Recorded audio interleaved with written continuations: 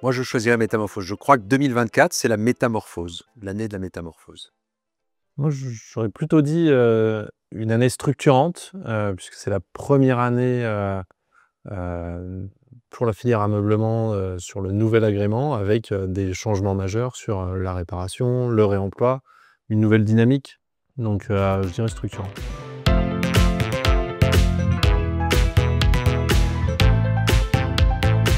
Pour la partie collecte et la partie recyclage, ce qui est très intéressant, me semble-t-il, c'est que les distributeurs comme les fabricants ont accès à des matières premières secondaires qu'on peut leur mettre à disposition avec des qualifications, avec des qualités qui sont très valorisables dans les produits qu'ils fabriquent ou qu'ils mettent en marché.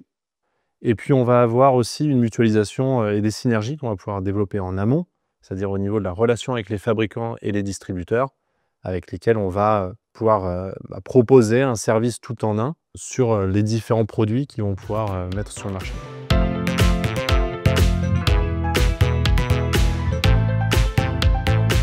Cette simplicité, c'est le cœur de l'offre éco-maison.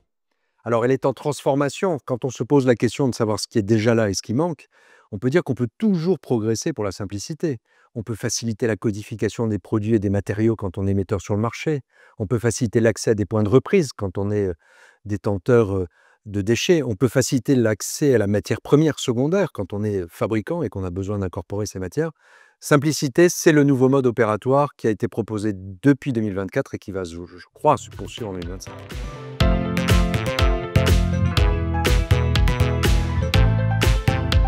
La co-construction, elle est au centre de la relation adhérent chez Ecomaison.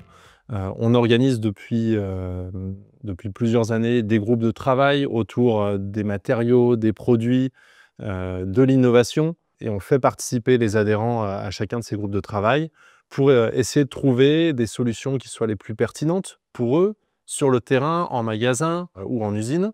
Et puis, on va avoir également de la co-construction sur les tarifs d'éco-participation, sur des enjeux un peu plus économiques. Donc la co-construction, ça se joue là. Ça se joue aussi sur l'offre de service qui est proposée au client qui veut se débarrasser d'un produit.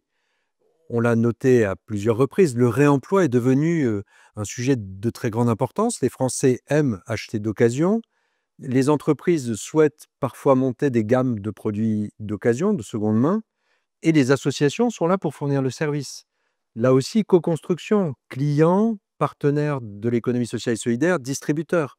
Donc on est vraiment dans une logique où finalement Ecomaison peut être un catalyseur d'initiatives co-construites avec les clients, les distributeurs, les fabricants, les entreprises de l'économie sociale et solidaire. C'est le principe d'un travail collectif collaboratif.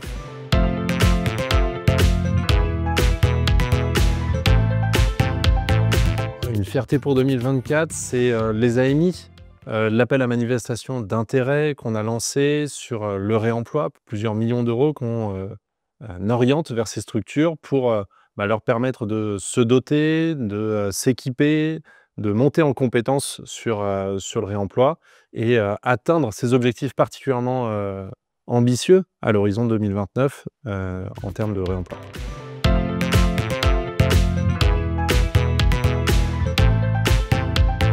Ce que nous souhaitons, nous, vis-à-vis de nos adhérents, c'est de pouvoir les aider, les accompagner. Et les accompagner dans la mise à disposition de leurs clients de produits avec un impact environnemental plus faible. Pour des fabricants qui souhaitent accéder à des matériaux nouveaux issus du recyclage, de pouvoir les qualifier, avoir les volumes nécessaires. Et j'allais presque dire que, dans le fond, notre leitmotiv, c'est celui d'accompagner les entreprises dans l'amélioration de leur circularité. Voilà, c'est ça notre grand leitmotiv et c'est ça notre grand message pour les adhérents.